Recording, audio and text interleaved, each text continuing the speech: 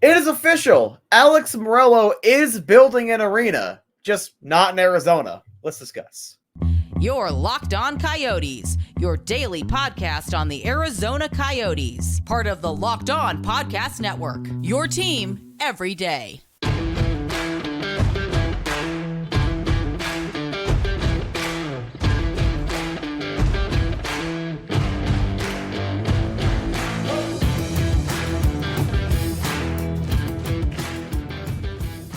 Welcome to the show, everybody. This is Locked On Coyotes, your number one daily podcast on the Arizona Coyotes. I am your host, Robin Leonio, alongside You want to thank everyone for making this show your first listen every day. We are free and available everywhere you get your podcast, including now on the Sirius XM radio app. We got a great show for you on today's episode because we're going to talk a little about Alex Meruelo and building stuff, because he's building an arena, Matthew.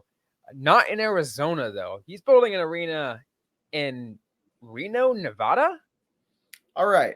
I want to lead with this, all right, because the trolls are not only uncreative, all right, you're not, but y'all are dumb. If you don't have the lines feeded to you, you won't do them. So you usually watch the first, 90 seconds. Here you go. The new joke is Alex Meruelo would rather build a college arena double the size of the current one to move the team to. There you go. No matter what, they will still play in a college arena. You are welcome. I will take my $11,000 a week for my writing, and let's get back to this, Robin. Let's get back to it. It's interesting. Some people did fall into the trap because all they saw was Alex Meruelo, Nevada arena. That's all they saw, and casino. That's all they saw, and they're like, "Oh God, the Coyotes moving." They're like, no, they're going to. Yeah, they are going to Reno. They've been trying to get rid of this team for years. Reno is perfect. A 10,000 seat arena is better than a 4,600 seat arena. Yeah. Oh, it's yeah. Besides the fact, right? Because people only just read the headlines, and that's where people go crazy, because they just read the headlines and they're like, and they go berserk. So let's provide a little bit of context. You said it, as you said it, it is a 10,000 seat arena of a complex attached to the Grand Sierra Resort, a casino that Alex Meruelo owns. Who is playing in this venue? It is not a professional sports team. It is the University of Nevada basketball team. Yep. Also, it's 10,600. Okay, Robin, we got to get our journalism correct on this show. We got to make sure we are getting just the facts on this show. Sure. Yes, 100%. We like to round. So let's round up to 11,000 Can we round up to 20? I think that's funnier. I think that's a little too much. A little too much right there. It's Arizona math. Come on. We can't count. True. Rounding up to the nearest thousand is good enough for me. So roughly an 11,000 seat a seat venue for the University of Nevada, which is actually a smaller arena than where Nevada currently plays. But honestly, it seems like it probably make more sense based off of where it is, and it's in freaking downtown Reno, right? I think that's where Grand Sierra Resort is. I can look it up. Wait, while you're talking. I think if I'm not mistaken, it's on the row, which is apparently those who are not in tune with Reno, Nevada. As someone that's lived only a few hours away, yes, San Jose is only about a 4 or 5 hour drive away from Reno, Nevada. The row is Reno's equivalent to the Strip. It's along the 395 or 580, whatever part of the freeway you're on. There's a Chickies and Pete's there. I want to see the actual view. Is it not on the row? It looks like it's a little off to the side here. It's closer to the airport. It's basically a skip, hop, and a jump away from the airport. So Alex Meruelo loves having arenas by airports, and I don't hear that one. Right. I don't hear anyone crying about it being too close to the airport and whatnot over there. So I'm just saying, There you go. Absolutely. So there's a lot of things going to it. It's supposed to be an arena that's, I think, is about. Part of the complex I think is like maybe close to $1 billion, but I think the arena itself is what I think is about. I think they said about $400 million or something like that. It's a lot of money. The price was in here. I thought it was 440 million, and it's the initial phase of a potential $1 billion enhancement to that 150-acre site. That is a quote from the Nevada Independent. So credit there to Howard Sturtz and Carly. Oh my God, I cannot pronounce the name. Carly S. We should have done this live. Yes, but it's it still is an interesting thing. I think especially again, like I mentioned, hockey fans are just going berserk because of a lot of different things. We will debunk everything and kind of talk about the impacts in a little bit too, but I think it really is important that so many people wanted to associate this with the Coyotes just because it's Alex Meruelo's name. If you don't know, Alex Meruelo is a businessman. He does what he wants. Doesn't have to be necessarily like if the owner of the Toronto Maple Leafs built an arena in let's say in Sudbury, Ontario, what are people going to think? No one's going to think they're going to move the Maple Leaf to Sudbury. It makes no sense. The only thing I saw was just someone missed the opportunity at a good joke and was just like, "Oh, if this goes through," but Tempe had problems, and calling him like a cheapskate, and I'm like, I don't know. They announced it as a private venture of over $440 million. Doesn't really sound like cheapskate, but then again, the same people that like claim the Coyotes couldn't pay their bills when they did within 24 hours. We will get to on the other side of this quick ad break. And today's episode is brought to you by DoorDash. Love the convenience of getting you want right to your door. DoorDash delivery. You can stock up for the week and order last-minute cravings conveniently. You've trusted DoorDash to deliver your restaurant favorites, and now you can get grocery delivery that actually delivers too. Get exactly what you ordered, and we'll make it right. So sit back and enjoy quality groceries, just like you pick them yourself. Get 50% off your first DoorDash order up to a $25 value when you use the code LOCKED at checkout.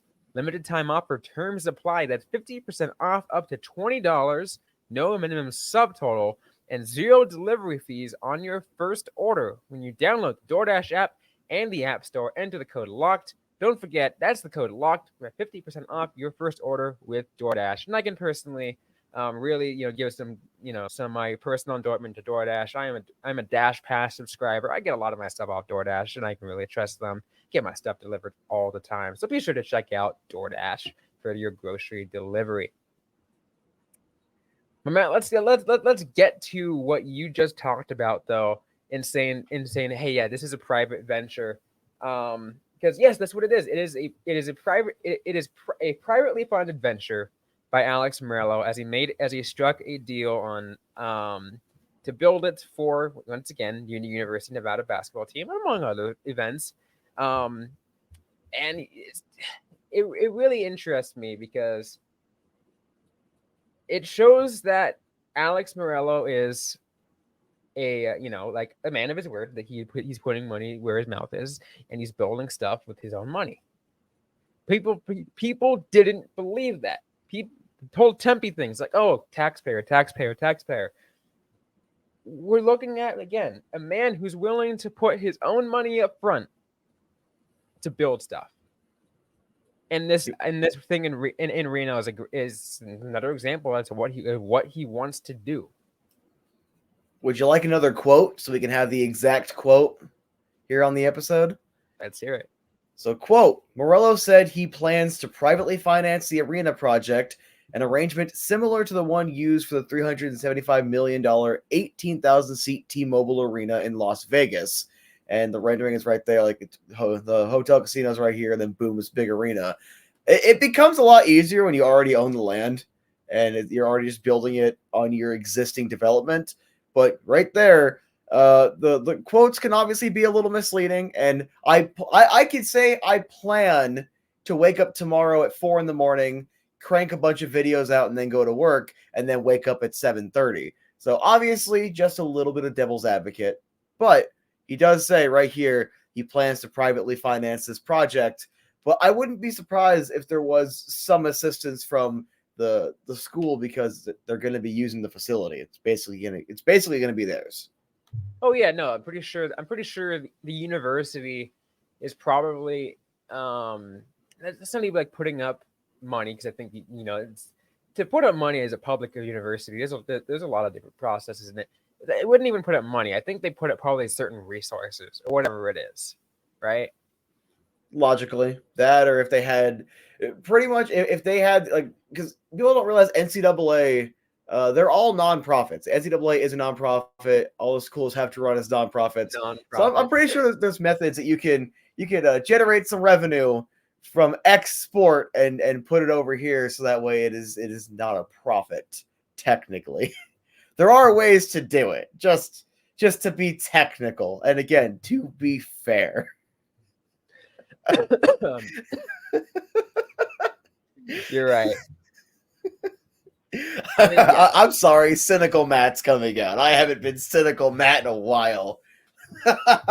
Yes, but again, there's this, like I said, there's still different. There's still multiple ways you can look at it, but the money in the money itself on the surface, Alex Meruelo is paying for it. Yeah. And again, as you said, is in a similar structure to the T-Mobile Arena. It could have been in a somewhat similar to what they're expecting with in a much smaller scale, what the Tempe Entertainment District was supposed to be.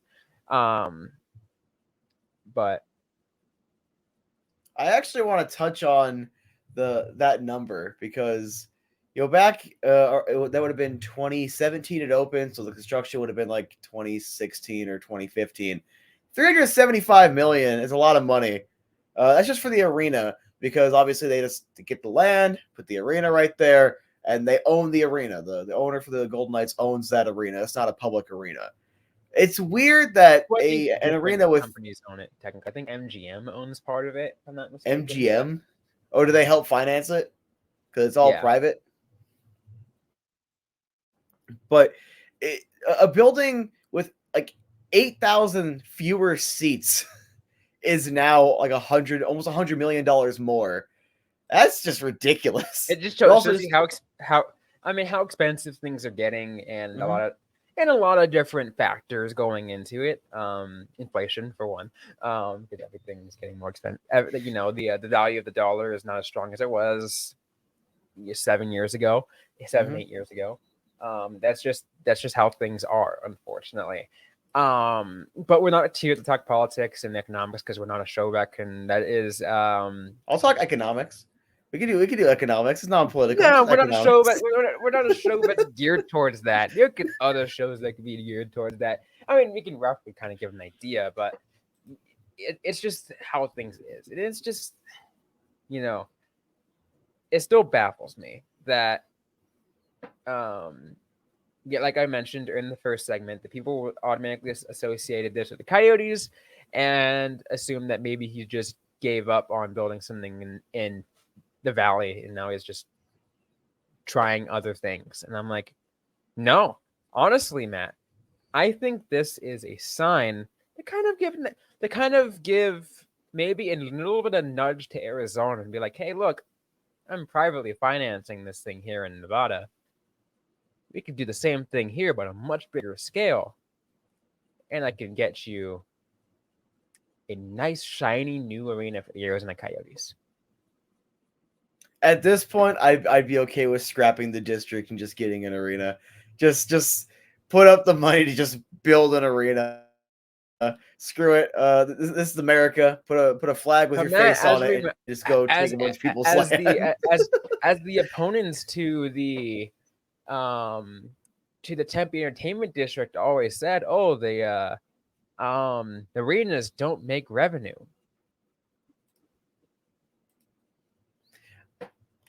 It what's the best way to say this? As someone who has gotten a peek at numbers before, uh, the best way to say it is arenas do not generate all the revenue. They do not generate the majority of the revenue. If you want to make things very profitable, you want to have the entertainment district because you're only going to have so many events. All right. So let's take jobbing.com arena. You had 41 hockey games, like 3 or 4 preseason games.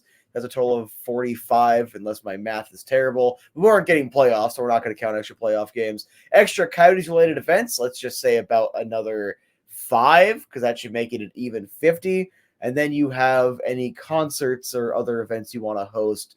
Let's just say somewhere between 20 and 30. There are still a lot of dark days, a lot of off days, a lot of days where the building would be considered black because you're going from one event to the other. So there's plenty of times where the building is down for various reasons. Or hey man, I've seen arenas get converted from one sport to another or one event to another in a matter of like hours. I've watched it happen when I'm there as media, or even there just for other events. I literally stuck around, I think, at an arena football game back in the Bay Area, and then it was an autograph session. And while that was going on, there was kind of some transitioning going on back to the San Jose Sharks ice. They're getting it done right away. Like it happens, like that happens. It happens fast. But you're right. Events happen stacked upon stacked upon stacked, and they make money, but they don't. But like you said, it doesn't make all the revenue. And I feel like that's the situation of why Alex Meruelo wants to build a giant entertainment complex here in the Valley, is because he wants to try to get his money back quicker. Yeah, let's say your building's active for 100 days. We're not talking about the Staples Center or MSG where it's like 300 days a year. That's it's not almost gonna, yeah, completely it year wouldn't round. be that way. It wouldn't be that way, especially because Staples Center or crypto.com arena, whatever it's called now. For now. For now. It's like it is the there's also the LA Forum, but it really is like the major thing, the major venue for arena in the Los Angeles, in Los Angeles. In the Valley, what we got, there's a Diamond, there's Footprint, there's Tech, even the Madhouse. There's so many different venues that hold a crap ton of people that would be vying for competition technically. Yeah, but you're only active for X amount of days and you generate some decent money. But if you have like Westgate, just as an example, it is still open 365. You have all the different restaurants or whatnot. And if you own the land there, you have all of them paying you rent. So they are running around 365. You are collecting money on rent. You're collecting money on different revenues, depending on the deals you have struck with everyone. That's where all of the money is. So for the Coyotes, who have never turned a profit, all right, you have everything else to balance out what the Coyotes haven't made in profit yet. And then as they become profitable, it becomes a little less of a worry, but you still have yourself set up for essentially a little perpetual motion machine that actually works. And that's what you like to have a little bit of a closed loop system, as it were. Makes sense. I think we can get our thoughts closed in just a sec. But first, we're going to do another just a really quick break to hear from our sponsors.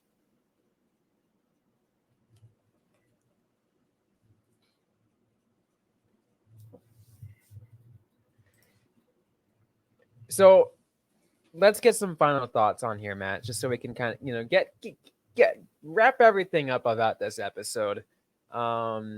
As we kind of talk about a lot of different things, but again, back to kind of the main idea. Alex Meruelo building an arena in Reno, Nevada. And as a reminder to everyone, no, this is not a sign about or anything about the Arizona Coyotes. He's still trying to build an arena in a district right here in the Valley. Like I mentioned in the second segment, I do believe it is a sign of that he is maybe even like a double down. It's like, hey, look, I'm building here. Let's build here too.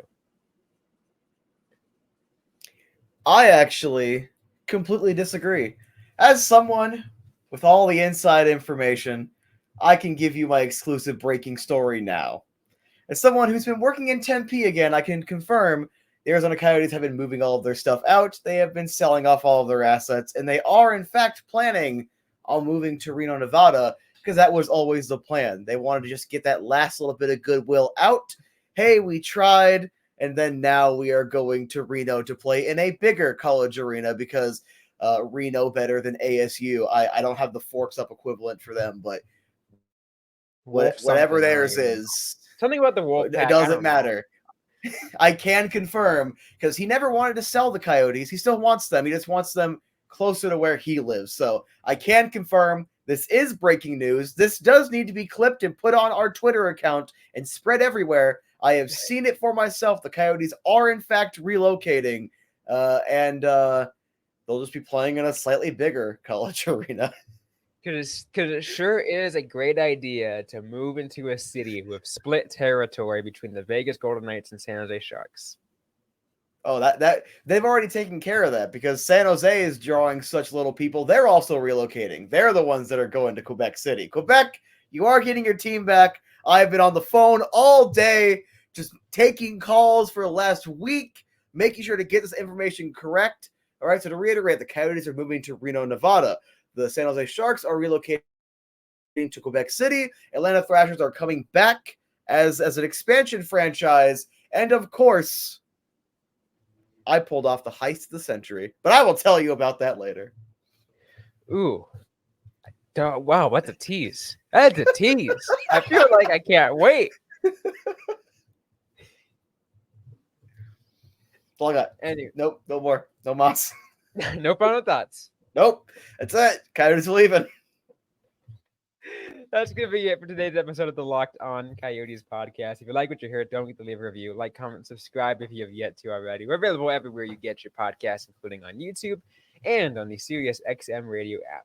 Don't forget to interact with us on social media on Facebook, facebook.com/LockedOnCoyotes, and on X at LO_Coyotes. One X. One. One single X.